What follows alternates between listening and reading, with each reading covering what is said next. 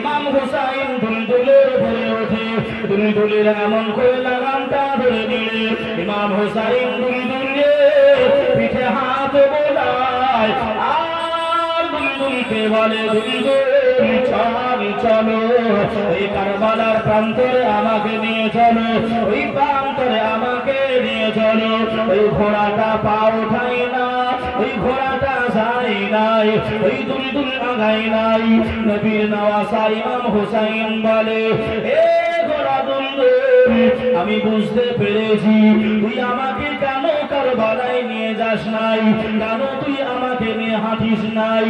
আমাকে ওরা তীর গুলো মারবে, ওরা তলোয়ার গুলো মারবে, তোর গায়েও লেগে যাবে, তোর গা গুলো কেটে যাবে, হয়তো তুই মারা যাবি বলে এই ভয়ে দুলদুল তুই কারবালায় যাস নাই।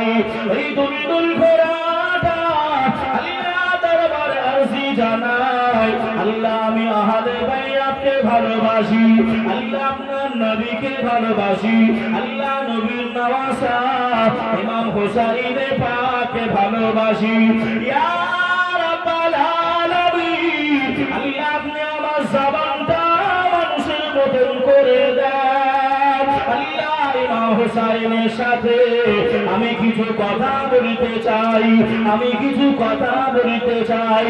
আল্লাহ হুকুম দিয়ে দিলে, আল্লাহ ওয়াদা দিয়ে দিলে, ওই ঘোড়া আল্লাহ নবী নওয়াসা ইমাম হুসাইনকে জানিয়েছিলেন, ও ইমাম হুসাইন, আমি আপনার জন্য জান দিতে পারি, আমি আপনার জন্য জান দিতে আমি একটি কদম পিছু পাবো না। তবে আপনি শুনে রেখে দেন, আপনি পিছনের দিকে তাকান, আপনার বিধি সাকিনা আমি দুলদুল আমার পা দুখানা জড়িয়ে ধরে কান্না কাটি করেছে। আর পুজোর হবে না সুবহানাল্লাহ। এমন অবস্থায় মালাইকা জিবরাইল আমিন আল্লাহ পাকের ফেরেশতা আমি হরিণী আমার দরবারে হাজির হয়ে গেল। ও বলেন হরিণী আর কান্না কাটি করনি, আর নাজারি করো নাই।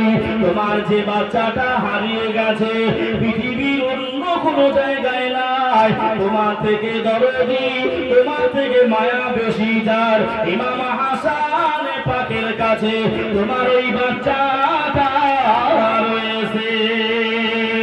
বলে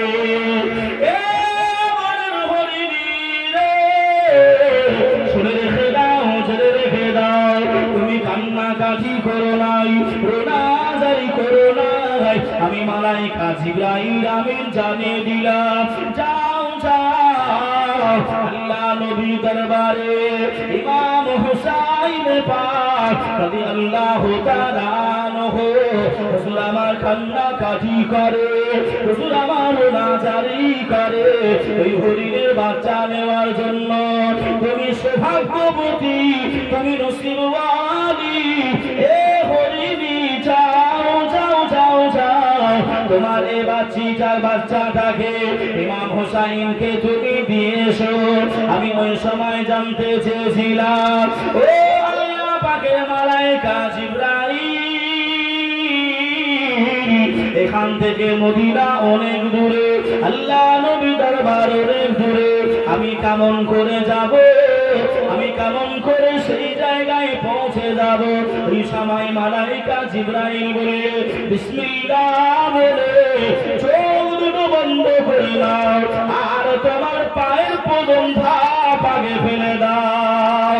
ইয়া রাসূলুল্লাহ গে, ইয়া হাবিবাল্লাহ, আমি হরিণী চোখ দুটো বন্ধ করে নিলাম, আমার পাটা বাড়িয়ে দিলাম, আর একটা পা তুলতে না তুলতে আমি চোখ খুলে দেখতে পেলাম মায়ার নবী, আখির নবী দরবারে আমি হরিণী পৌঁছে গেছি।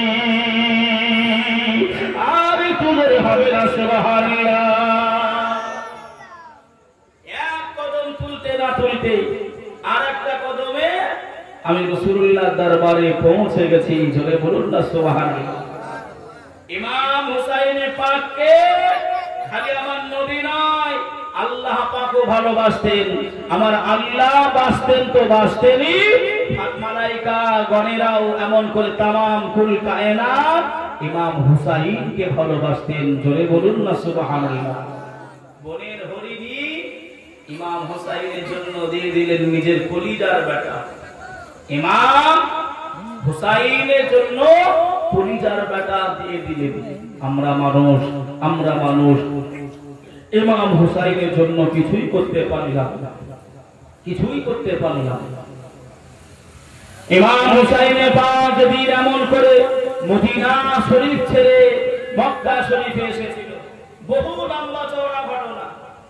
যে কয়েকদিন আগে এমন করে আপনার এই মালদার দিকে 7 দিন ইমাম হুসাইনের আপনার জীবনী করলাম বাবা। কিন্তু যদি মনে করা হয় বা যদি একদিক থেকে বলা হয় ইমাম হুসাইনের জীবনী আমি কেন, আমার যত এমন করে আপনার আওলাদ আসবে বা আছে, কেউ করে বা শুনিয়ে শেষ করতে পারবে? কথা বলে না, কেউ পারবে? কেউ পারবে গো? কেউ পারবে? মদিনা শরীফ থেকে আল্লাহ নবীর কলিজার টুকরা ইমাম হুসাইন চলে আসে। আপনারা শুনেছেন, আমি সংক্ষিপ্ত বলছি। আল্লাহ নবী বিদায় নিয়েছিল। আল্লাহ নবী বিদায় নেওয়ার পরে খলিফা হয়েছিল কে? হযরতে আবু বকর সিদ্দিক। আবু বকর হুজুর বিদায় নিলেন, তারপরে খলিফা নিযুক্ত হলেন হযরতে ওমর ফারুক আযম। হুজুর আমার বিদায় নিলেন। হযরতে উসমান গনি খলিফা নিযুক্ত হলেন। হুজুর আমার বিদায় নিলেন। হযরতে আলী খলিফা নিযুক্ত হলেন। হুজুর আমার বিদায় নিলেন। আমিরে মুয়াবিয়া হুজুর আমার খলিফা হলেন। হুজুর আপনার বিদায় নেবে, অসুস্থ হয়েছে, বেটা ইয়াজিদকে ডেকেছে। হযরতে আমিরে মুয়াবিয়ার বেটা ইয়াজিদকে ডেকেছে, বাবা ইয়াজিদ এদিকে এসো বাবা, আমি হয়তো আর দুনিয়ায় থাকবো না, বাঁচবো না, তবে আহলে বাইয়াত কাদেরকে বললাম একটু বলেন না? আমি প্রথমে বলেছি আল্লাহর নবী, মা ফাতেমা, হাসান, হুসাইন, হযরতে আলী, তাই তো নাকি?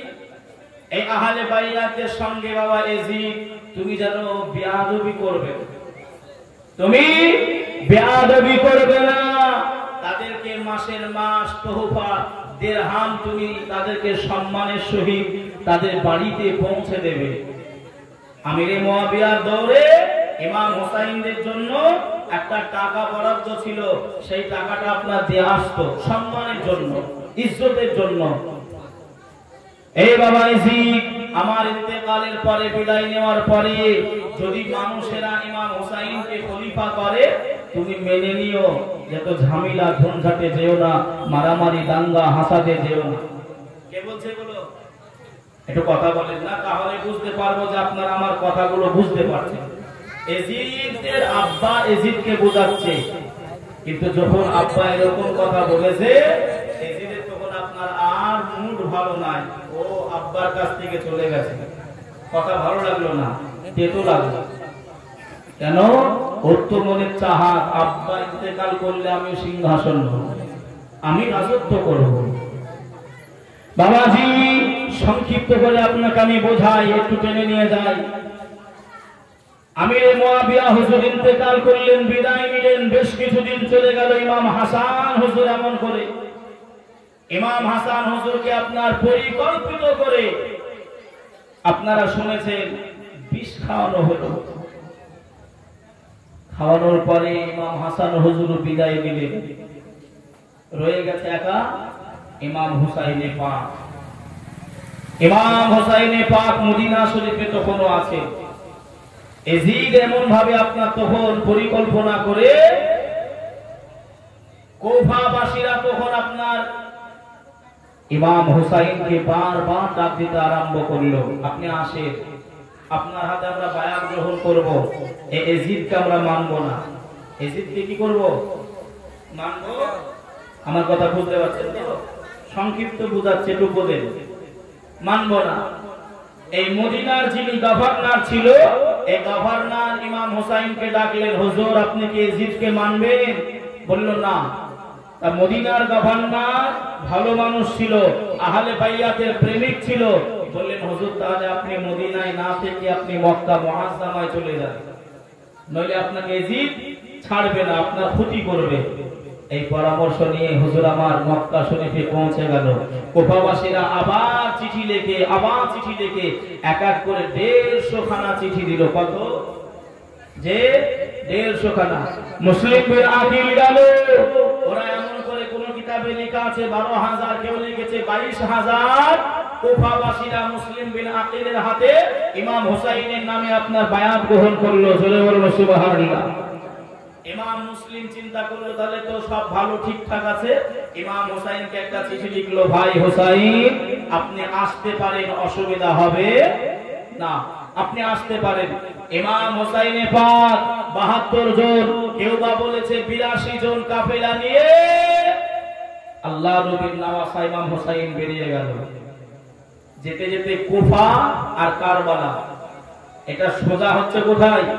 কুফা, আর আপনার সাইডে কারবালা। কারবালার রাস্তা আর কুফার রাস্তার মাঝখানে ওই আপনার উবাইদুল্লাহ বিন জিয়াদ গভর্নর ছিল, যে আপনার কুফার, মানে ইয়াজিদ আপনার পাল্টিয়েছিল।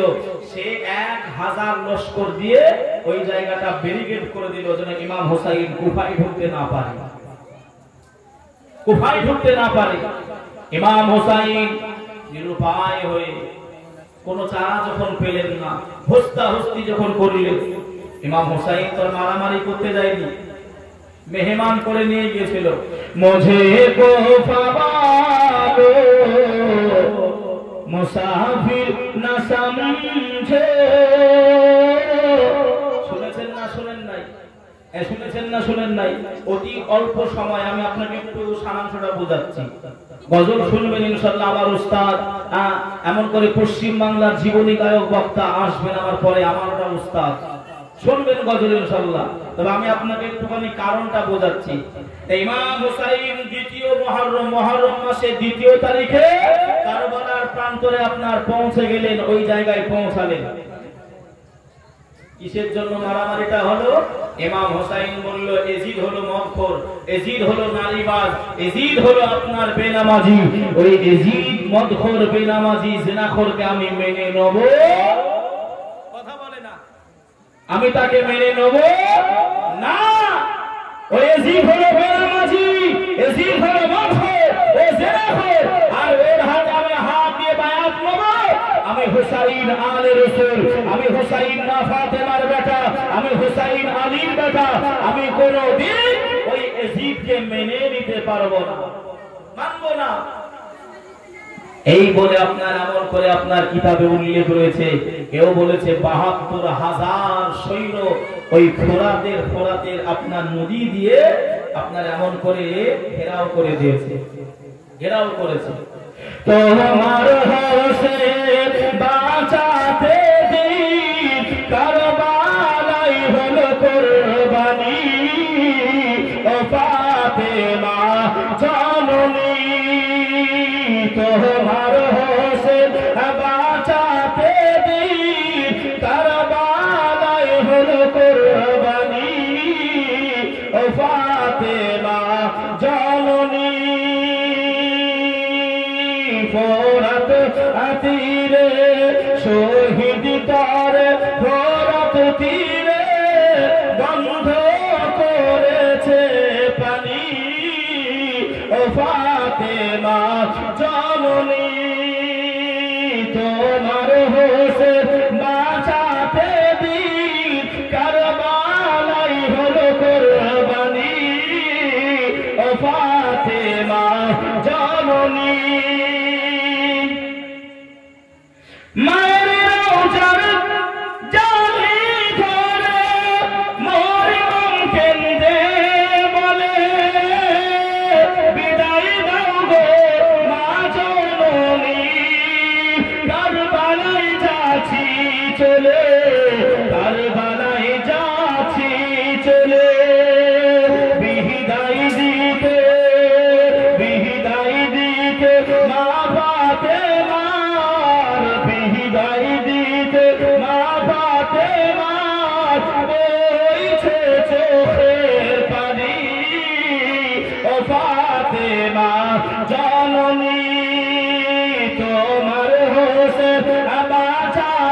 দিন কারবালায় হলো কুরবানি ও ফাতেমা জননী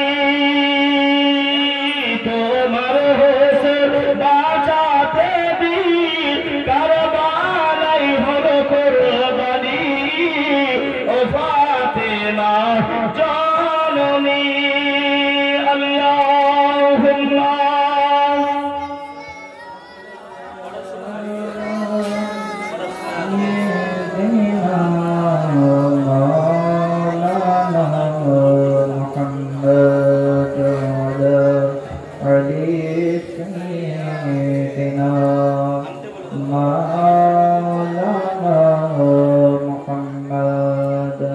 সাল্লাল্লাহু আলাইহি ওয়াসাল্লাম। বাবাজি আমি আপনাকে খালি একটু বোঝাতে চাইছি যে মেইন উদ্দেশ্য কোন হলো ইমাম হোসেন খেমা তৈরি করলেন।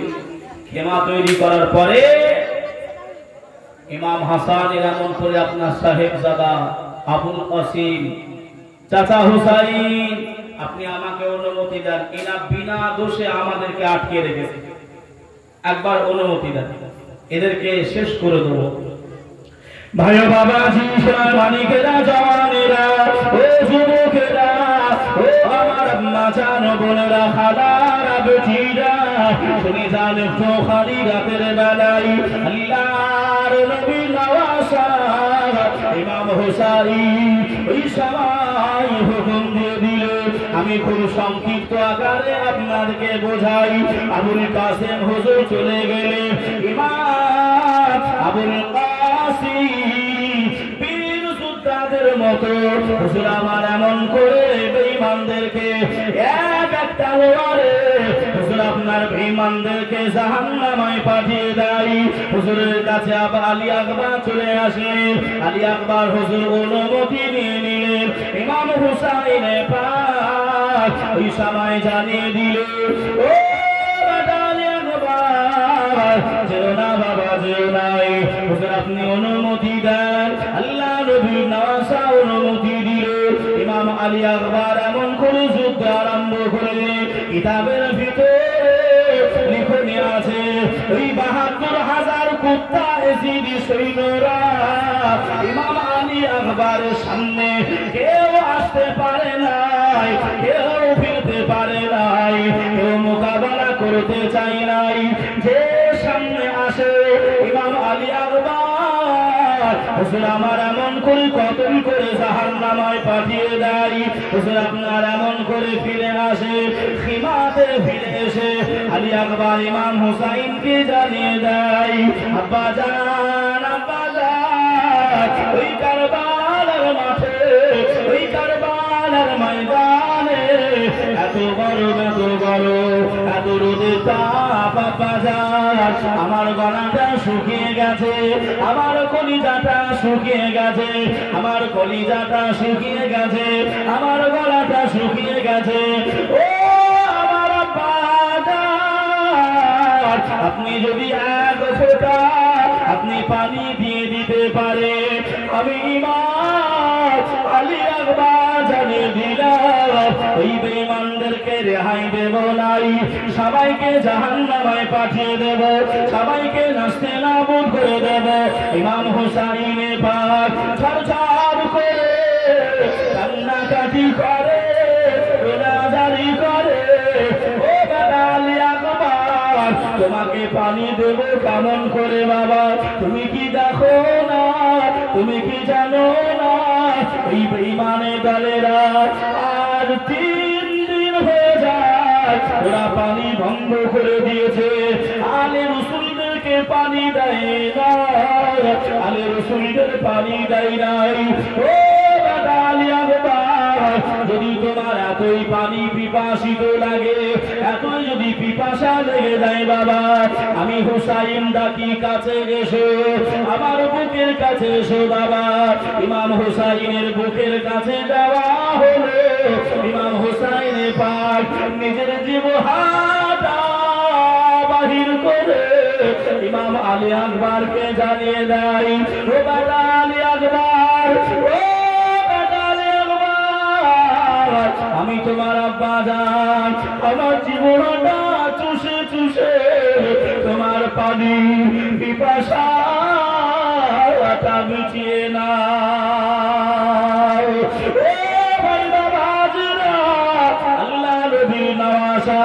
ইমাম হুসাইন এমন করে হযরত আলী আকবরকে আবার বিদায় দিয়ে দিলে হুজুর আপনার সিংহের মতো হুজুর আমার লাফিয়ে পড়ে ওই বাসারা শাম দামেস্কের বড় বড় বড় বড় পালোয়ানরা ছিল, বড় বড় মস্তান লোকেরা ছিল। আলী আকবরের বয়স তো 18 বছর, 18 বছর নওজওয়ান। ওই বাসারা শাম দামেস্কে কেউ ফিরতে পারে নাই, কোন অবস্থান থেকে নাই, কোন শক্তিশালী আসে নাই।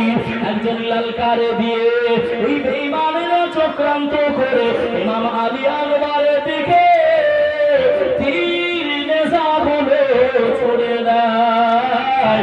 ইমাম আলী আকবর হুজুর আমার তার বাবালা জমিনে পড়িয়ে পড়ে যায়। ইমাম হুসাইন দুলদুলের উপরে উঠে পড়ে। ইমাম হুসাইন দৌড়িয়ে চলে যায় ওই ইমাম আলী আকবরকে কোলে করে তুলে দিয়েছে। সীমাতামুল ভিতরে পৌঁছে যায়। ইমাম হুসাইন কোলে করে নিয়ে বেটা আলী আকবর, ও বেটা আলী আকবর, চোখ খোলো না বাবা, আমি তোমার বাবা ডাকি, আমি তোমার আব্বা ডাকি বাবা, চোখ খুলে একটুখানি দেখো কিতাবের ভিতরে লিখনে আছে।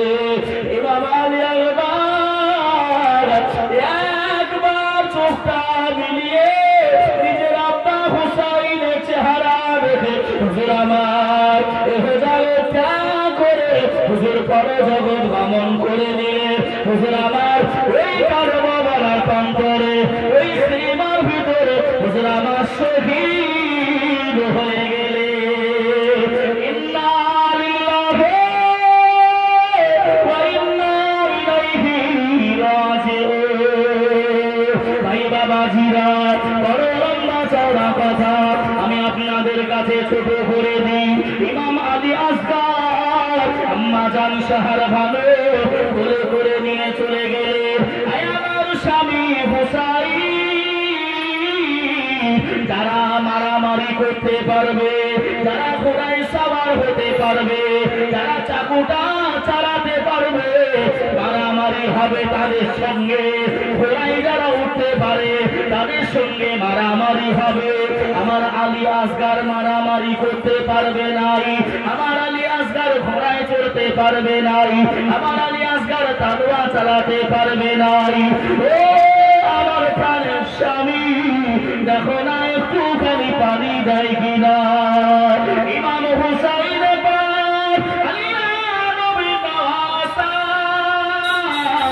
ইমাম আলী আসগারকে কোলে করে নিয়ে ওই সময় বেঈমানদের কাছে গিয়ে বলে, এ বেঈমানের দলেরা, তোমরা কি আমাকে চেনোনি? আমি হলাম নবীর রওয়াসা, আমার কলিজার বেটা পিপাসিত। তোমরা কি আমাকে চেনো না? তোমরা কি আমাকে জানো না? তোমরা এইরকম ব্যবহার আচরণ আমার সঙ্গে করো, কিয়ামতের দিনে মাহশারের ময়দানে আমার নবীর সামনে দাঁড়াতে পারবে তো? এই সীমা আমার নবীর সামনে মুখ তুলে দাঁড়াতে পারবে তো? তবে শোনো, তোমাদের সঙ্গে তো আমার তোমরা খুনের পিপাসা, আমার কলিজার টুকরা কচি বাচ্চা ইমাম আলী আসগার কি করেছে, কি করেছে, একে একটু পানি দেওয়া দাও না। এই কথা বলতে না বলতে একজন বিষ মাখিয়ে একটা তীর এমন করে আপনার ইমাম হুসাইনের দিকে লক্ষ্য করে চালিয়েছে। আল্লাহু আকবার। সোজা গিয়ে ইমাম আলী আসগারের আপনার সিনাতে লেগে গেছে। ইমাম হুসাইন তীরটা যখন টেনেছে কলিজাটা আপনার বাহির হয়ে গেছে। হুজুর আপনার সঙ্গে সঙ্গে ইমাম আলী আসগার ওই জায়গায় শহীদ হয়ে গেলেন। ইন্না লিল্লাহি ওয়া ইন্না ইলাইহি রাজিউন। এ মুসলমানেরা, কি কষ্ট তারা করেছিল, কারবালার ময়দান মঞ্জার আপনাকে বোঝালে বুঝতে পারবেন না যে নীল আকাশ এমন করে লাল হয়ে গিয়েছিল এই রক্তের কারবালা দেখে, রক্ত ঝরাতে দেখে। সেই কারবালার কথা আপনারা শুনছেন।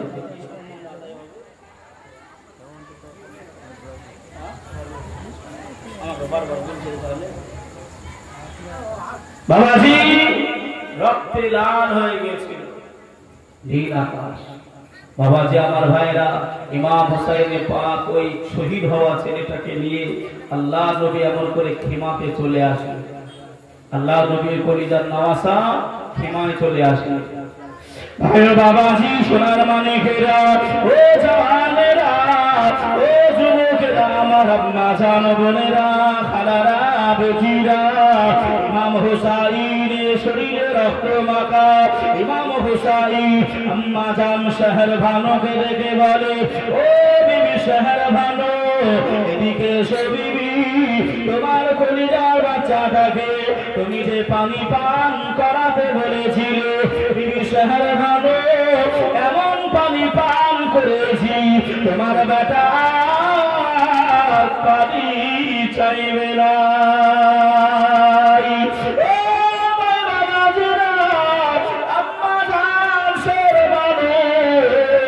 নিজের কলিজার বাচ্চাটাকে দেখে আমার বাচ্চাটা হিলে নাই, আমার বাচ্চাটা নড়ে নাই। ইমাম হুসাইনের শরীরে রক্তাক্ত আম্মা জান শহর ভানু কোলে তুলে নিলে, ইমাম আলী আসগারকে কোলে করে তুলে নিয়ে আল্লাহ দিকে মুখটা আছে। আম্মা জান শহর ভানু বলে, ও রব্বুল আলামিন, আল্লাহ পাক এ কেমন অত্যাচার জিদি বাহিনী রে, আল্লাহ জিদি বাহিনীরা কত অত্যাচার করে, তারা কত জুলুম করে। আল্লাহ এর বিচার আপনাকে দিলাম, আল্লাহ আপনি বিচার করে নেবে। ভাই বাবাজি, আমি সর্বমোট কথা বলি, এ 10ই মুহররমে, এ 10ই মুহররমে আল্লাহ নবীর নওয়াসা ইমাম হুসাইন পাক রাদিয়াল্লাহু তাআলা আনহু ফজরের আযান হয়ে গেল।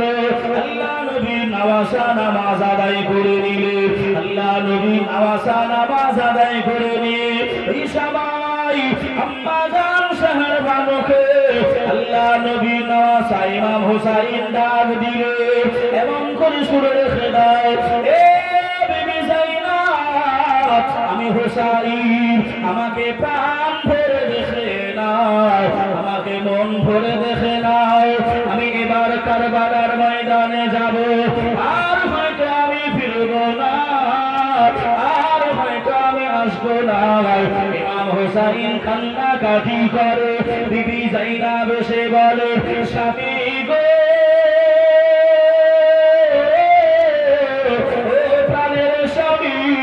আপনার নওজোয়ান ভাতিজা, আপনার বড় ভাই ইমাম হাসানের বেটা ইমাম আবুল কাসেম শহীদ হয়ে গেল।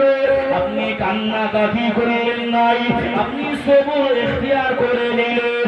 ও স্বামী, আপনার নওজোয়ান বেটা ইমাম আলী আকবর শহীদ হয়ে গেছে, আপনি কান্নাকাটি করলেন নাই, আপনি সবর করে নিলেন। আপনার কলিজার বেটা শিশু বাচ্চা আলী আসগার, সেও শহীদ হয়ে গেছে, আপনি কান্নাকাটি করলেন নাই, আপনি সবর ইখতিয়ার করে নিলেন, আপনি ধৈর্য ধারণ করে নিলেন। কেন গো স্বামী? তবে আপনি এখন কান্নাকাটি করে, আপনি এখন নাজারি করে, আপনি আর এখন শহীদ হয়ে যাবেন বলে, আপনাকে তারা শহীদ করে দেবে বলে ইমাম হুসাইন চোখে পানি। আর বিবি যায়নাবকে দেখে বলে, ও বিবি যায়নাব গো, শুনে রেখে দাও, শুনে রেখে দাও, আমি নিজের শাহাদাতের কথা চিন্তা করে আমি হুসাইন কান্নাকাটি করি নাই, আমি রোনাজারি করি নাই। তবে আমার শহীদ হয়ে যাওয়ার পরে ওই এজিদি বাহিনীরা, তোমরা হলে নবী বংশের ভোর, তোমরা হলে আম্মা জান ফাতেমা ঘরের বৌমা বেটি, তোমাদের হাতে হানকা পরিয়ে দেবে, তোমাদের হাতকে বেঁধে দেবে। এজিদি বাহিনীরা আমি ইমাম হুসাইন আমার বিদায় নেওয়া পরে ওরা তোমাদের সঙ্গে বেয়াদবি করবে, তোমাদের সঙ্গে বেয়াদবি করবে। আমি চিন্তা ভাবনা করে আমি হুসাইন কান্নাকাটি করি।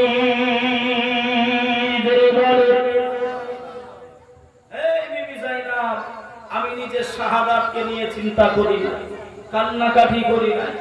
কেন আজ থেকে 56 বছর আগে নবী আমার জানিয়েছিলেন আল্লাহ নবী একজন সাহাবী ছিলেন উম্মে সালমা। হযরত জিবরাইল এসে কান্নাকাটি করছেন, মনটা খারাপ করে। কি হয়েছে জিবরাইল? ইয়া রাসূলুল্লাহ ইয়া হাবিবাল্লাহ, হুজুর এই বিষয় ঘটেছে। আল্লাহ পাক এমন করে ইমাম হুসাইনকে কারবালার প্রান্তরে শহীদ হিসাবে কবুল করেছে, তাই না? হুজুর সেই সময় আপনি থাকবেন না, মা ফাতেমাও থাকবে না, তাহলে কি করে বুঝতে পারা যাবে? উম্মে সালমাকে ডাকে। উম্মে সালমা ততদিন পর্যন্ত হায়াত আল্লাহ তাকে দেবেন।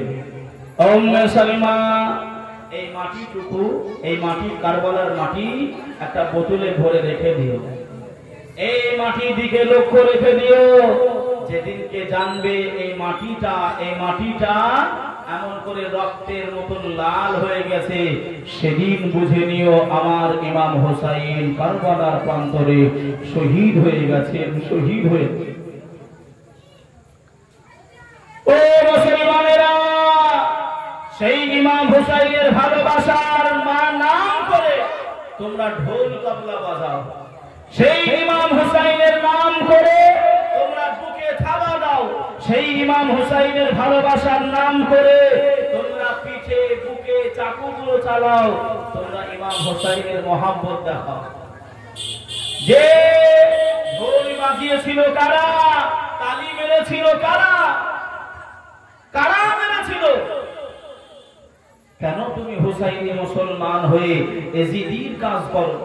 কেন তুমি এজিদি দলের লোক হয়ে কাজ করতেছো? তুমি কি বোঝো নাই? তুমি কি জানো নাই? এই মহরম উপলক্ষ করে ইমাম হুসাইনের ভালোবাসার নাম করে ঢোল তাবলা গুলো বাজানো এগুলো হারাম। তুমি কি জানো না? আমি কালকে এমন করে গিয়েছিলাম, দেখলাম গাছতলাতে বা এমন করে সব জায়গায় আপনার ঘোড়া দেখছে, ঘোড়া মাটির যে ঘোড়াগুলো। আমি জিজ্ঞাসা করলাম, বলতেছে এটা হলো ইমাম হুসাইনের দুলদুল ঘোড়া।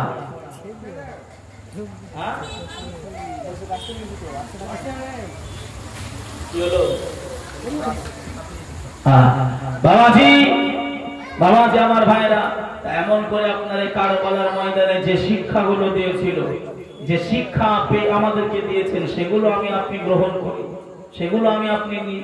তাছাড়া না, অন্যগুলো আমরা ব্যবহার করছি। ভাইয়া বাবাজি, সোনা মানিকেরা, জামানেরা, ইমাম হুসাইন পাক রাদিয়াল্লাহু তাআলা আনহু আল্লাহ নবীর আমামা মুবারাকা পরে নিলেন। আল্লাহ নবী পাগড়ি মুবারাকা ইমাম হুসাইন মাথায় বেঁধে নিলেন, ইমাম হুসাইন জুব্বা পরে নিলেন।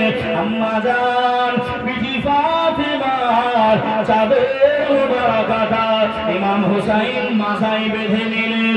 ইমাম হুসাইন শের খোদা আলী আব্বা জান আলী কারামাল্লাহু ওয়াজহাহুর চাকু তলোয়ার জুলফিকার তলোয়ারটা হাতে নিয়ে নিলেন, দুলদুলের উপরে উঠে পড়লেন। ইমাম হুসাইন দুলদুলের উপরে উঠে দুলদুলের এমন করে লাগামটা ধরে নিলেন। ইমাম হুসাইন দুলদুলে পিঠে হাত বোলায় আর দুলদুলকে বলে, দুলদুল চলো ওই কারবালার প্রান্তরে আমাকে নিয়ে চলো, ওই প্রান্তরে আমাকে নিয়ে চলো। ওই ঘোড়াটা পা ওঠাই না, ওই ঘোড়াটা যায় নাই, ওই দুলদুল আগায় নাই। নবীর নওয়াসা ইমাম হুসাইন বলে, এ ঘোড়া দুলদুল, আমি বুঝতে পেরেছি তুই আমাকে কেন কারবালায় নিয়ে যাস নাই? কেন তুই আমাকে নিয়ে হাঁটিস নাই? আমাকে ওরা তীর গুলো মারবে, ওরা তলোয়ার গুলো মারবে, তোর গায়েও লেগে যাবে, তোর গা গুলো কেটে যাবে, হয়তো তুই মারা যাবি বলে এই ভয়ে দুলদুল তুই কারবালায় যাস নাই। এই দুলদুল ঘোড়াটা আল্লাহ দরবারে আরজি জানাই, আল্লাহ আমি আহলে বাইতকে ভালোবাসি, আল্লাহ আপনার নবীকে ভালোবাসি, আল্লাহ নবীর নওয়াসা ইমাম হুসাইন পাককে ভালোবাসি। ইয়া রাব্বাল আলামিন, আল্লাহ আপনি আমার জবানটা মানুষের মতন করে দেন। আল্লাহ ইমাম হুসাইনের সাথে আমি কিছু কথা বলতে চাই, আমি কিছু কথা বলতে চাই। আল্লাহ হুকুম দিয়ে দিলে, আল্লাহ ওয়াদা দিয়ে দিলে, ওই ঘোড়া দুলদুল আল্লাহ নবী নওয়াসা ইমাম হুসাইনকে জানিয়েছিলেন, ও ইমাম হুসাইন, আমি আপনার জন্য জান দিতে পারি, আমি আপনার জন্য জান দিতে আমি একটি কদম পিছু পাবো না। তবে আপনি শুনে রেখে দেন, আপনি পিছনের দিকে তাকান, আপনার বিধি সাকিনা আমি দুলদুল আমার পা দুখানা জড়িয়ে ধরে কান্না কাটি করেছে। আর একটু ধরে হবে না সুবহানাল্লাহ, নারায়ে তাকবীর, আল্লাহু আকবার, আল্লাহু আকবার।